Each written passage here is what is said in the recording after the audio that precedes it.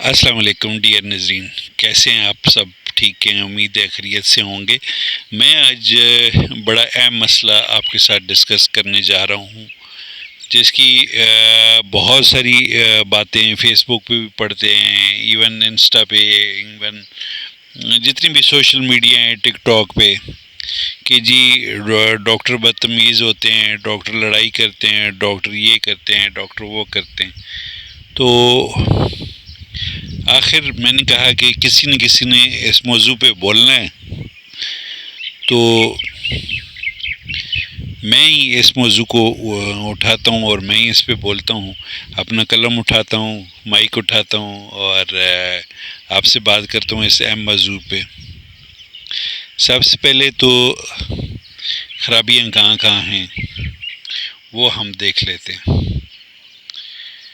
پہلی خرابی ہمارا میڈیا، کون سا میڈیا؟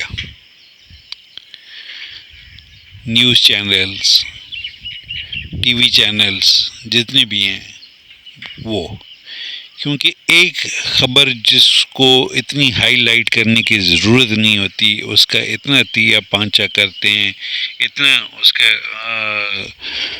اوپر اٹھاتے ہیں، اوپر اچھالتے ہیں بات کو، کہ یقین جانیں کہ وہ ایسا لگنا شروع ہو جاتا ہے کہ جیسے یہ بہت بڑا کوئی مسئلہ ہے اور اس میں سب سے زیادہ قصور ڈاکٹروں کا ہے۔ سیکنڈ، دوسرا مسئلہ، لوگ جب اسپتال میں آتے ہیں تو وہ اپنی ایکسپیکٹیشنز پہلے ہی سے لے کے آتے ہیں، کہ جیسے ہم نے ایک بچپن میں لطیفہ سنا ہوا ہوتا ہے، اور آپ نے بھی سنا ہوا ہوگا، میں آپ کو ایک دفعہ دہرا دیتا ہوں، کہ جی جب ہمارا بزم ادب کا پیریڈ ہوتا تھا تو اس میں ایک کامن سا لطیفہ ہوتا تھا جو تقریباً ہر پیریڈ میں سنایا جاتا تھا ہر دفعہ، کہ جناب ایک بیر آدمی ہوتا ہے، اس کے محلے میں کوئی بندہ بیمار ہو جاتا ہے تو کہتے ہیں جی کہ اس نے دیکھنے جانا ہے، تو وہ گھر سے ہی سوچ لیتا ہے کہ میں جاؤں گا، پوچھوں گا کہ کیا حال ہے، وہ کہیں گے ٹھیک ہے، میں پوچھوں گا کون سے ڈاکٹر کے پاس جا رہے ہیں، تو وہ کہیں گے کہ فلاں ڈاکٹر سے، میں کہوں گا ہاں بہت بہت اچھا ہے، میں پھر کہوں گا کون سی دوائی استعمال کر رہے ہیں، تو وہ کہیں گے کہ فلاں دوائی استعمال کر رہا ہوں، تو میں کہوں گا بہت اچھا، اللہ انشاءاللہ صحت دے گا، اچھا جی میں چلتا ہوں۔ اب جب وہاں پہنچتا ہے تو بندہ بہت بیمار ہوتا ہے، پہلے ہی تب کے بیٹھا ہوا ہوتا ہے غصے سے، تو پہنچتا ہے تو کہتا ہے جی السلام علیکم۔ وعلیکم السلام۔ ہاں جی کون سی دوائی استعمال کر رہے ہیں، کس ڈاکٹر کو دکھا رہے ہیں؟ کہتا ہے جی بس باقی سارے تو ڈاکٹر آزما چکا ہوں، اب صرف عزرائیل ہی رہ گیا ہے، اس کو دکھا رہا ہوں۔ کہتا ہے جی بس یہ تو حرف آخر ہے، یہ بہت اچھا ڈاکٹر ہے۔ اچھا دوائی کون سی لے رہے ہیں؟ تو بندہ تب کے بیٹھا ہوا تھا، وہ کہتا ہے زہر کی پڑیا لے رہا ہوں، کہتا ہے بس یہ تو اسی سے تو ٹھیک ہو جائیں گے، اللہ آپ کو صحت دے گا۔ وہ بندہ ایک ڈنڈا لے کے اس کے پیچھے پڑ جاتا ہے۔ تو میرے بھائی اسی طرح کی ایکسپیکٹیشنز لے کے اسپتال میں آ جاتے ہیں۔ یہاں میرا مقصد ہے کہ آتے ہیں، تیسری یہ بات نہیں سوچتے کہ ڈاکٹروں نے یہ اسپتال نہیں بنائے، ڈاکٹر کا کوئی پروگرام نہیں چل رہا ہوتا وہاں، یہ اسپتال گورنمنٹ نے بنائے ہیں۔ اب میں آپ کو یقیناً آپ لوگوں کو بہت ساروں کو علم نہیں ہوگا کہ ہمارا ہیلتھ سسٹم پاکستان بننے کے بعد کوئی تھا ہی نہیں۔ چند ایک بڑے اسپتال لائک راولپنڈی دیکھ لیتے ہیں، ہمارا پنڈی ڈویژن ہے تو راولپنڈی کو ہی دیکھ لیتے ہیں، تو پنڈی ڈویژن کے علاوہ پنڈی ڈویژن کے اضلاع میں چکوال ہے، اٹک ہے، پنڈی خود ہے، جیلم ہے۔ تو جیسے اٹک ہے تو اٹک میں بھی آپ کو میں بتاتا چلوں کہ میونسپل کمیٹی کی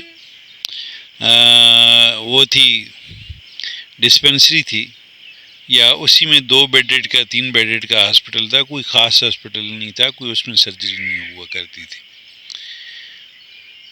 تو سرجیکل کے جتنے کیسز ہوتے تھے وہ ہوتے تھے ہولی فیملی اسپتال میں، بے نظیر بھٹو اسپتال میں، اس کے علاوہ کوئی اسپتال نہیں تھا سرکاری طور پہ۔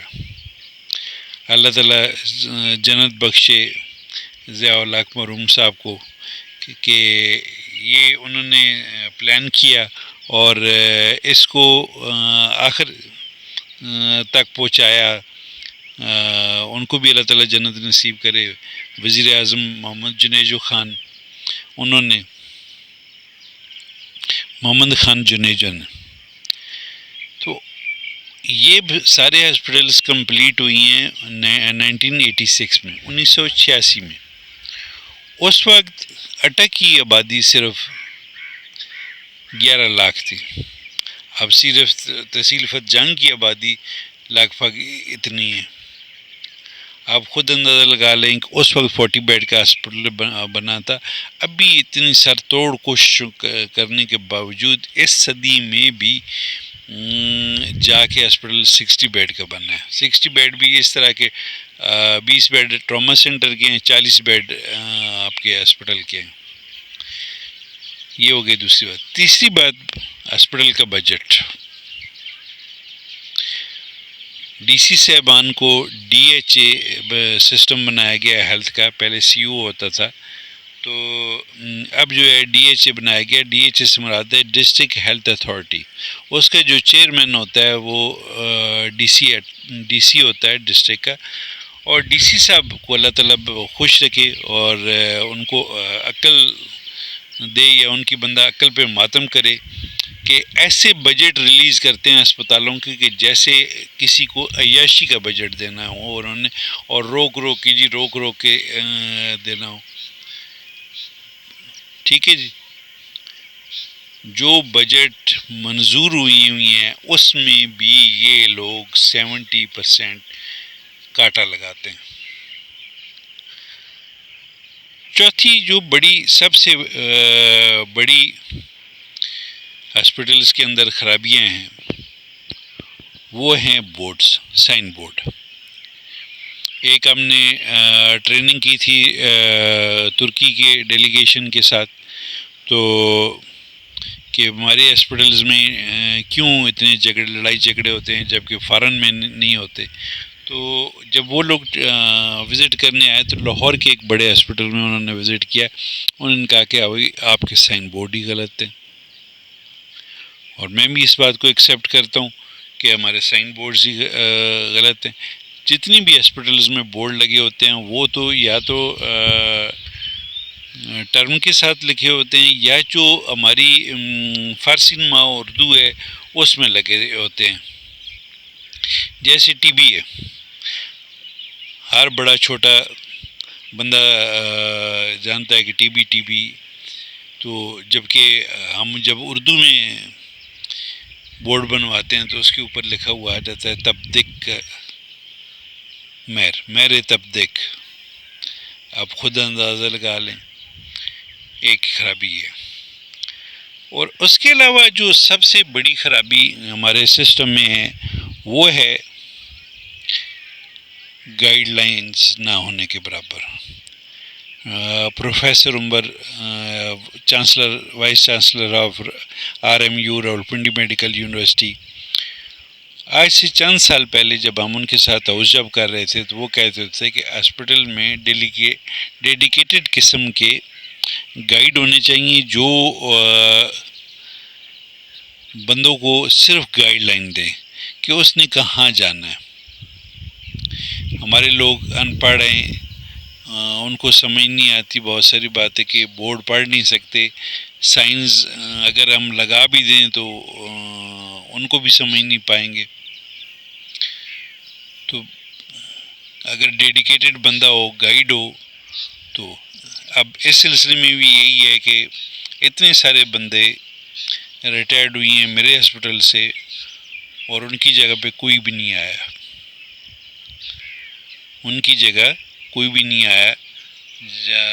تو وارڈ سرونٹس کم ہوتے جا رہے ہیں، تو گائیڈ کون کرے؟ آؤٹ سورس جو کمپنیوں والے آ رہے ہیں وہ سارے اس کمپنی کے سفارشی بندے آتے ہیں، اور سفارشی لوگ انہوں نے کہاں کام کرنا ہوتا ہے. اب ایک بندہ جب اندر آتا ہے، اسپتال کے اندر آ جاتا ہے، تو اس کو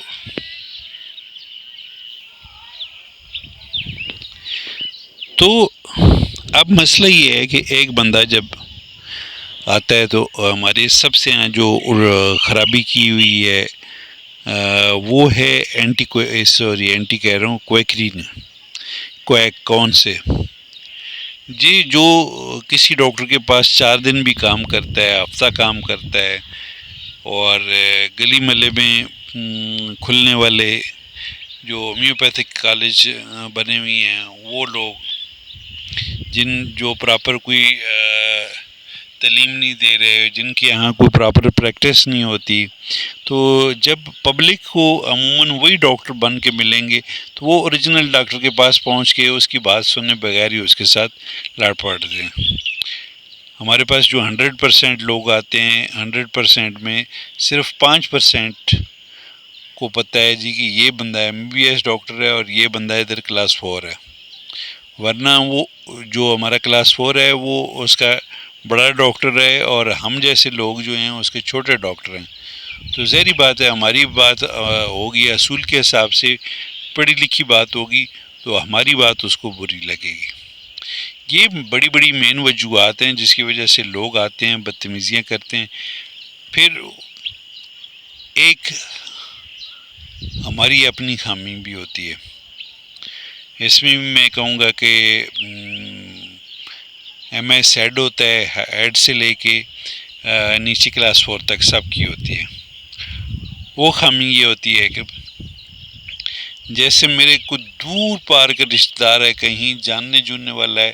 کبھی ہم جب اسکول پڑھتے تھے تو ہمارے ساتھ ایک دفعہ گاڑی پہ بیٹھ گیا، اس کو پتہ چلا جی کہ میں فلاں جگہ پہ جاب کر رہا ہوں ایز اے ڈاکٹر، تو میرا سہارا لے گا. اور میں بھی کیا کروں گا کہ میں سب کی لائن کراس کروا کے اس کو پہلے چیک کرا دوں گا. میری تو مجبوری ہے کیونکہ میں ڈیوٹی چھوڑ کے آیا ہوں گا، اور میں فٹافٹ گینی والے کو بھی، ایکس رے والے کو بھی جلدی چیک کرا دوں گا. اسی طرح جب میرے ریلیٹیو آتے ہیں تو میرے سر پہ PT کرتے ہیں. تو یہ نہیں ہونا چاہیے. یہ میں بھی مانتا ہوں کہ یہ ہماری غلطی ہوتی ہے، یہیں سے نظام گڑبڑ ہوتا ہے. تو اپنے رشتہ داروں، برادری والوں سے، دوست احبابوں سے بھی گزارش ہے کہ کوشش کریں کہ وہ عام پبلک کی طرح آئیں اور پروٹوکول نہ لیں. ہاں، اگر بہت ہی کوئی ایمرجنسی ہو تو ویلکم، میں حاضر ہوں. ابھی بھی حاضر ہوں اس بات کے بعد بھی، لیکن چونکہ گائز کو سمجھانا ضروری بھی ہے یہ بات. اب ایک بندہ جب اسپتال آتا ہے تو اسپتال آ کے سب سے پہلے تو 100-150 بندہ اس کے آگے کھڑا ہوتا ہے. ظاہر ہے میں نے آپ کو بتایا کہ ہاسپٹلس چھوٹے ہیں، عملہ کم ہے، دوائیاں نہیں ہیں، تو یہ وہ ساری وجوہات ہیں جن کی وجہ سے. اب آپ لوگوں سے جو گزارش ہے کہ ٹھیک ہے آپ آ گئے ہیں، پرچی بنواتے ہوئے یہ 100 بندے کو بھگتنا، مطلب اگر ایک منٹ پہ ایک پرچی پہ لگتے ہیں تو 100 منٹ بعد آپ کی باری آ جاتی ہے. 100 منٹ بعد یعنی 2.25 گھنٹے بعد آپ کی باری آتی ہے. اب 2.25 گھنٹے بعد جب آپ باری پہ پرچی لے کے جاتے ہیں تو آگے ڈاکٹر کے پاس پھر لائن لگی ہوئی ہے، کیونکہ کہتے ہیں جی کہ 20 بندوں پہ ایک ڈاکٹر ہونا چاہیے، جبکہ یہاں پہ تو ایک ڈاکٹر کے 100-150 مریض ہیں. ٹھیک ہے جی. اور جیسے کہ میں نے بتایا کہ ان 100-150 مریضوں میں پرسنل کام بھی کرنا ہے، مطلب پرسنل کام، چائے پینی ہے، شی پوٹی کرنی ہے، کوئی مہمان آ گیا اس کو دیکھنا ہے. اسی طرح جیسے پروٹوکولائٹس والے پیشنٹ آ گئے ان کو بھگتانا ہے، اور آپ لوگوں کو بھی دیکھنا ہے. یار اگر ہم سے کوئی غلطی چلتی ہو جائے کرے تو ناراض نہ ہوا کریں، آ کے ہم آرام سے بیٹھیں. ٹھیک ہے جی، لڑائی نہ کریں، بدتمیزی نہ کریں. اور جو سب سے ہماری سسٹم میں خرابی ہے، وہ خرابی ہے سب سے پہلے ہمارے لوگ، ہر بندہ کوئی کہیں پہ چپڑاسی بھی لگا ہوا ہے، کہیں پہ افسر بھی لگا ہوا ہے، تو وہ بھی اپنا روب آ کے ہم پہ ڈالتا ہے. ساری کی ساری سیاست ٹوٹل 2 ڈپارٹمنٹ میں گھسی ہوئی ہے، ایک ایجوکیشن میں اور ایک ہیلتھ ڈپارٹمنٹ پہ. تو یہ دونوں چیزیں دونوں ڈپارٹمنٹ میں ختم ہو جائیں تو یقین کریں گے ہمارے یہ دونوں محکمے جو پبلک کے لیے ریڑھ کی ہڈی ہیں وہ ٹھیک ہو جائیں. باتیں بہت ساری ہیں، آپ اگر میرا میسیج سمجھنا چاہتے ہوں تو آخری الفاظ میں یہ کہوں کہ جب بھی آپ کا اسپتال آنا ہو یہ ساری چیزیں ذہن میں مد نظر رکھیں کہ آپ جائیں گے تو آپ کا ادھر کوئی بھی نہیں ہے، آپ نے لمبی لائن میں لگنا ہے، لمبی لائن میں لگ کے پرچی بنوانی ہے، لمبی لائن میں لگ کے آپ نے ڈاکٹر کو چیک کرانا ہے، پھر لمبی لائن میں لگ کے ٹیسٹ کروانے ہیں، پھر لمبی لائن میں لگ کے رپورٹ وصول کرنی ہے. ٹھیک ہے جی. اور ہمارے یہاں جو سب سے بڑی ایک اور خامی ہے اور سسٹم میں خرابی ہے وہ یہ ہے کہ اگر ایک گھر کے 10 فرد ہیں اور بازار جا رہے ہیں تو 10 کو کوئی نہ کوئی ایشو ہوگا. یہ نہیں کہے گا کہ یار یہ تو سر درد ہے، عام سا سر درد ہے، یہ اس کی کمر میں عام سا درد ہے، خود ہی کوئی گولی شولی کھا لیں. نہیں، وہ 10 کے 10 چیک کرا کے جائیں گے. جب وہ 10 کے 10 چیک کرائیں گے تو ان کی وجہ سے بہت زیادہ رش پڑ جائے گا. تو آپ لوگوں سے گزارش ہے کہ جب بھی اسپتال آئیں صبر و تحمل کا مظاہرہ کریں، ہمارے ساتھ اچھے اخلاق سے پیش آئیں. کوئی کلاس 4 ڈاکٹر نہیں ہے، ڈاکٹر وہی ہے جو آپ کو کمرے میں بیٹھ کے چیک کرتا ہے. اس بات کو، اس میسیج کو سمجھیں. جزاک اللہ خیر.